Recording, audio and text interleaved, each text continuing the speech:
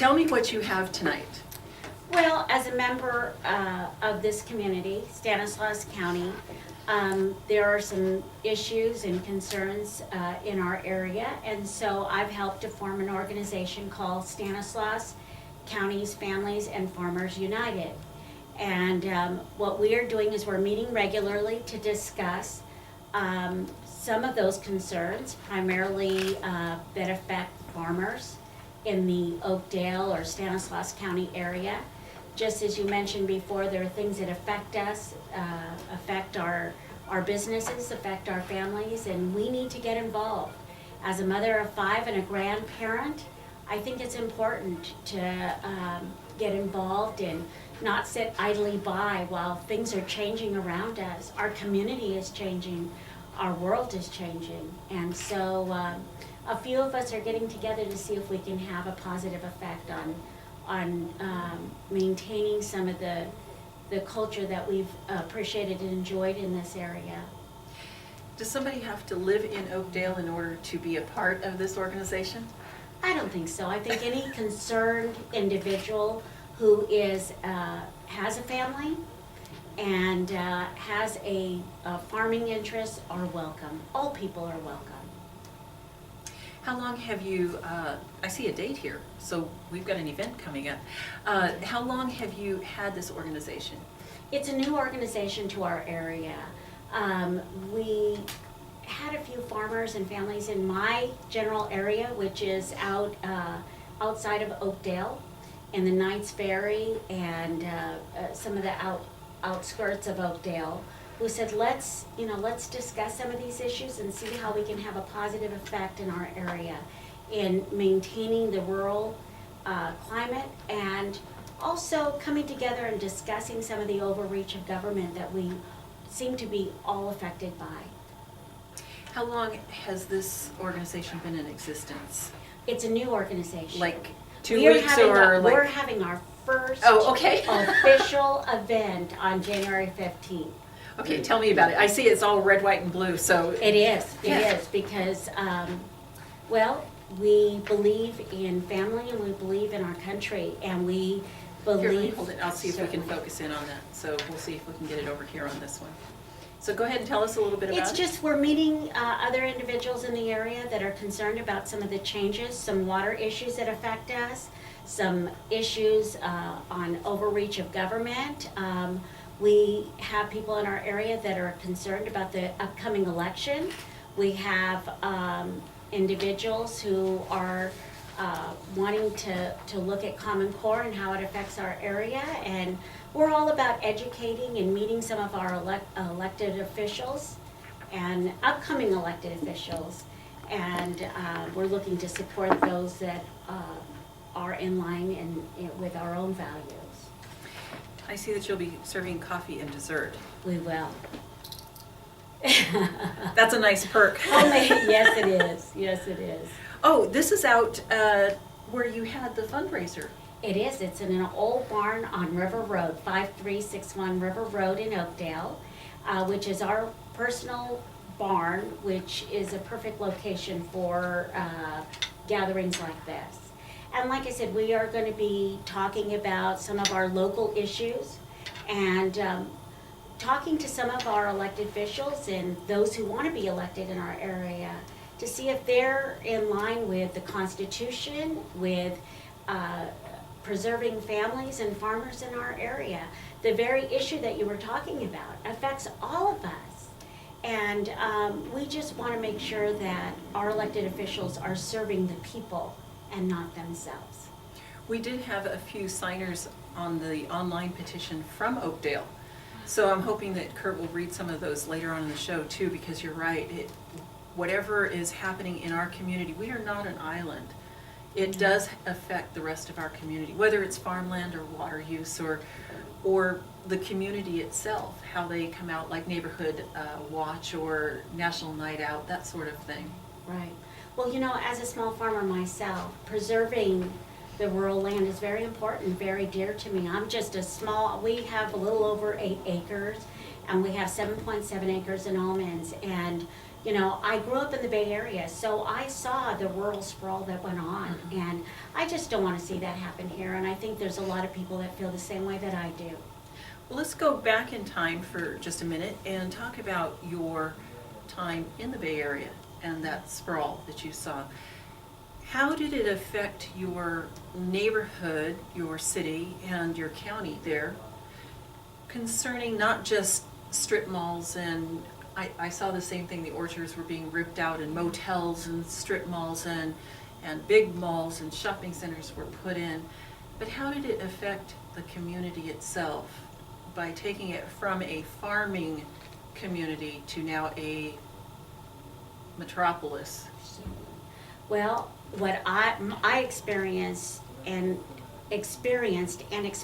all the time on a small ranch is that people are unaware of how important our ranch is, how important our farmland is to our sustaining a food to eat, the vegetables and fruits that we enjoy and we take for granted. Sometimes we lose sight of that by making the commercial and homes the priority. I have people that come out to our ranch all the time. I had a lady who thought cherries grew on bushes and had no idea that they actually grow on trees. So, that lack of awareness exists in the big cities. They just assume that vegetables and fruits just come out of a warehouse somewhere, when in fact small farmers and large farmers alike are critical to our survival in sustaining, our food. Some may say that we need jobs. So in order to bring jobs, we have to create jobs.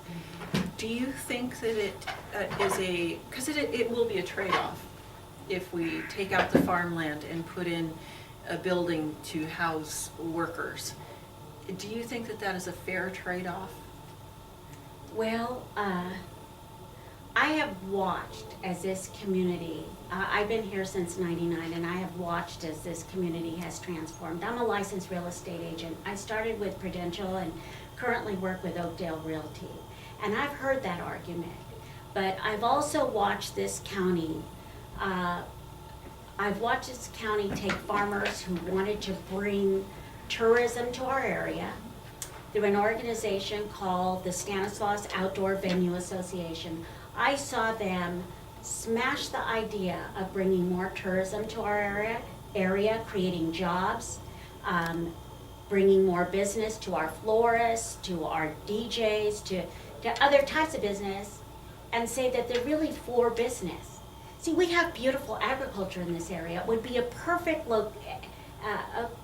venue for our neighboring Bay Area to come out and enjoy. But Stanislaus County Board of Supervisors took that organization, demonized them, making them all out to be, big capitalists, when instead they were doing what has been prescribed as a good way of maintaining agriculture, and that is through tourism or the multi-use of agricultural land. Instead, they would rather profit these big organizations who want to destroy our farmland and say, for the sake of jobs. It hasn't been my experience and what I've seen them really appear to prioritize. That really isn't the priority. If so, they would have embraced the idea of the Outdoor Venue Association, where they would take agriculture and multi-use it through, just bringing people out to the farm to see what farms do, how production benefits and people in our area and outside of our area.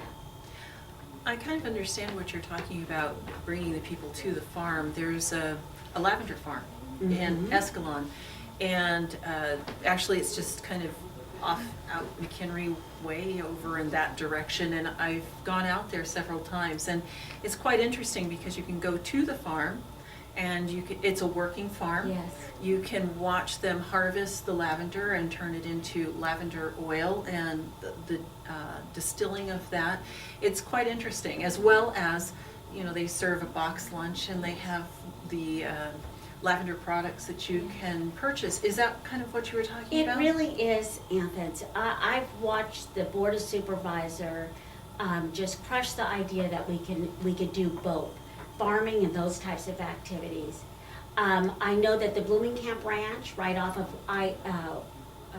is it I-80? Going right through Oakdale.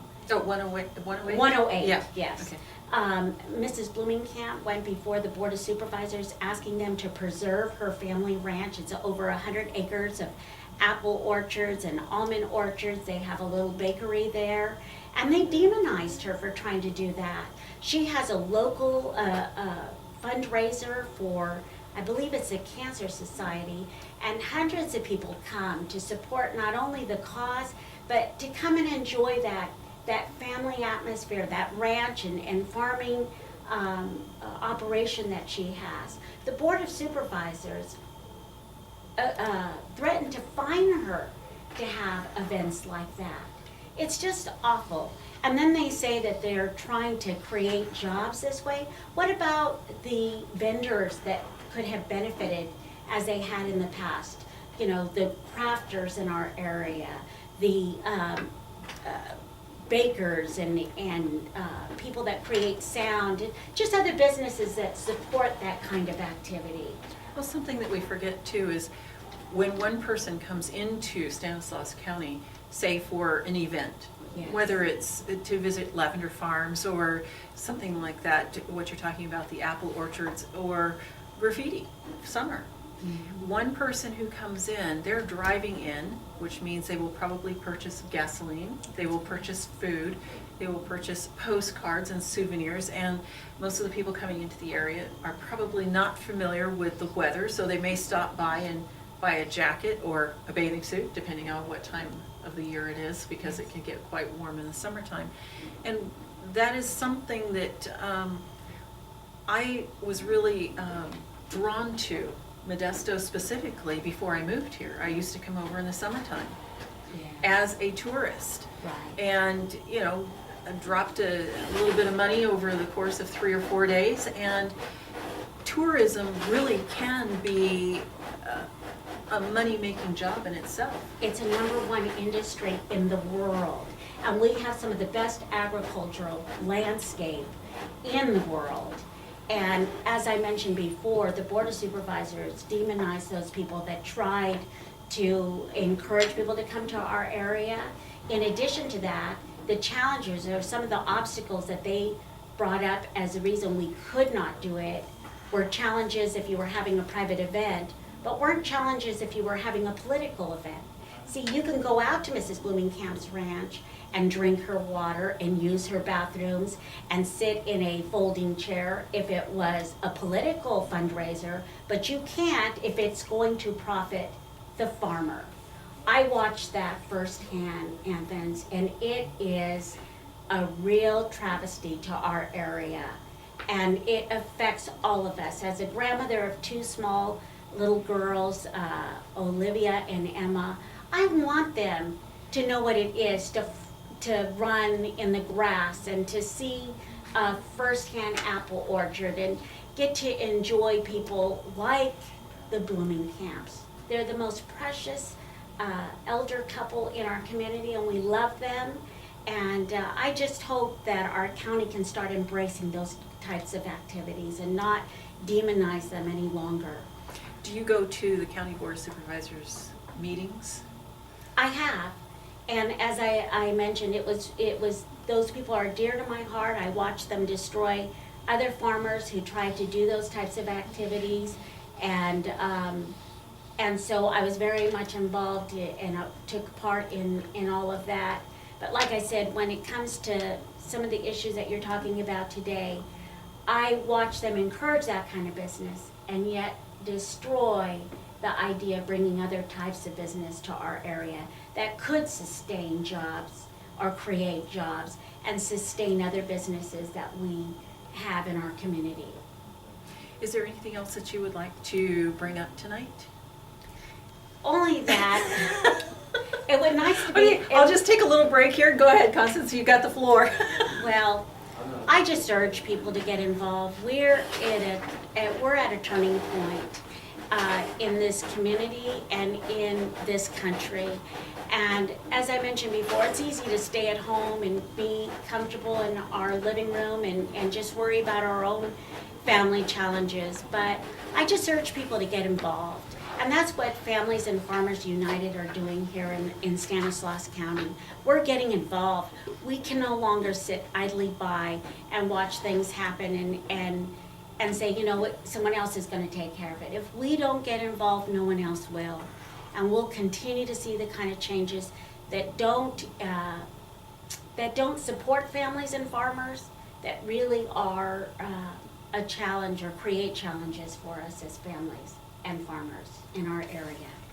Tell us once again about your event, January 15th. January 15th, we're having a meet and greet. If you want to find out more about our organization, we're just starting up in our area.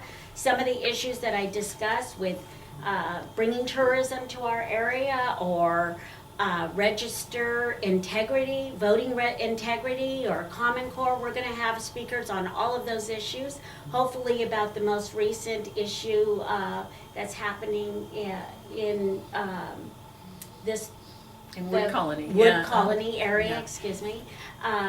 Those types of speakers will come and inform us about what we need to do to get involved in and support, sustaining our farmland and supporting our farmers and supporting our families in our area.